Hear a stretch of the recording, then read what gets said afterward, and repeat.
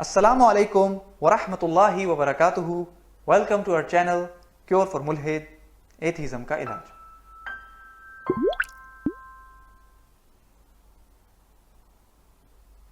آج ہم بات کریں گے اس سوال کے بارے میں کہ اگر اللہ ہے تو اس دنیا میں اتنی غربت، ظلم اور پریشانیاں کیوں ہیں؟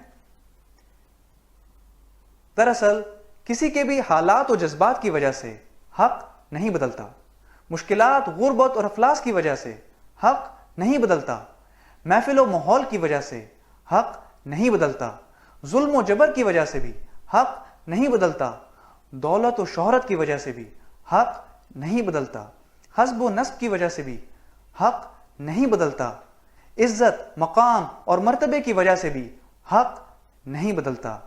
عقیدت اور حیثیت وغیرہ کی وجہ سے بھی حق نہیں بدلتا. شک و شبہات کی وجہ سے بھی حق نہیں بدلتا. سازش اور الزامات کی وجہ سے بھی حق نہیں بدلتا. میڈیا میں چلتی ہوئی جھوٹی خبروں کی وجہ سے بھی حق نہیں بدلتا. حق کا تو حسن ہی یہ ہے کہ وہ اپنے آپ میں بہت مضبوط، ٹھوس، منجمد اور مستحکم ہوتا ہے. کوئی آندھی، طوفان، بھنور، زلزلہ یا سونامی وغیرہ حق کو اپنی جگہ سے یا پوزیشن سے نہیں ہلا سکتا. اور اللہ الحق ہے، یعنی کہ اس کائنات کی سب سے بڑی حقیقت اللہ کا وجود ہے. اللہ کے نبی صلی اللہ علیہ وسلم بھی حق ہیں. روز سزا و جزا بھی حق ہے، اور جنت اور جہنم بھی حق ہے. اور ویسے اگر سب پریشانیاں ختم بھی ہو جائیں تو کیا سارے ایتھیسٹ یا ملحدین ایمان لے آئیں گے؟ اور اگر کوئی اپنی غربت، مشکلات اور پریشان حالی کا رونا رو بھی لے اور ایتھیسٹ یا ملحدین اس مدعے کو خوب ایکسپلائٹ بھی کر لیں، تب بھی ان کے اس رونے دھونے سے یہ ثابت نہیں ہوتا کہ اللہ کا وجود نہیں ہے. اور اسلام میں غربت اور بہت سی مشکلات کا حل اللہ سبحانہ وتعالی نے زکوٰۃ میں رکھا ہے.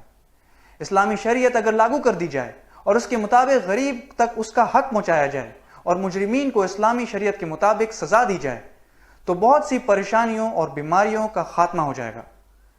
پر المیہ یہ ہے کہ آج روئے زمین پر 1 انچ بھی موجود نہیں جہاں اسلامی شریعت نافذ ہو. جب اسلامی شریعت نافذ ہی نہیں ہے تو کوئی شخص اللہ اور اس کے دین کو قصوروار نہیں ٹھہرا سکتا، کیونکہ اللہ کے احکامات پر عمل درآمد ہی نہیں کیا جا رہا. لیکن بہرحال چاہے اسلامی شریعت نافذ بھی ہو جائے، مشکلات اور پریشانیاں کم ضرور ہو جائیں گی، پر اللہ امتحانات پھر بھی لے گا.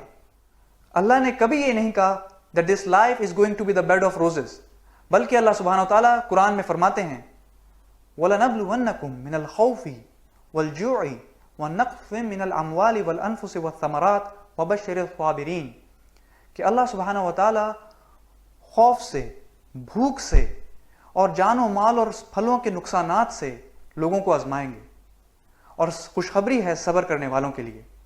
ایک اور مقام پر اللہ رب العزت فرماتے ہیں لا یکلف اللہ نفسا الا وسعها، اللہ سبحانہ تعالیٰ کسی بھی انسان کو اس کی وسعت سے زیادہ بوجھ میں نہیں ڈالتا ہے.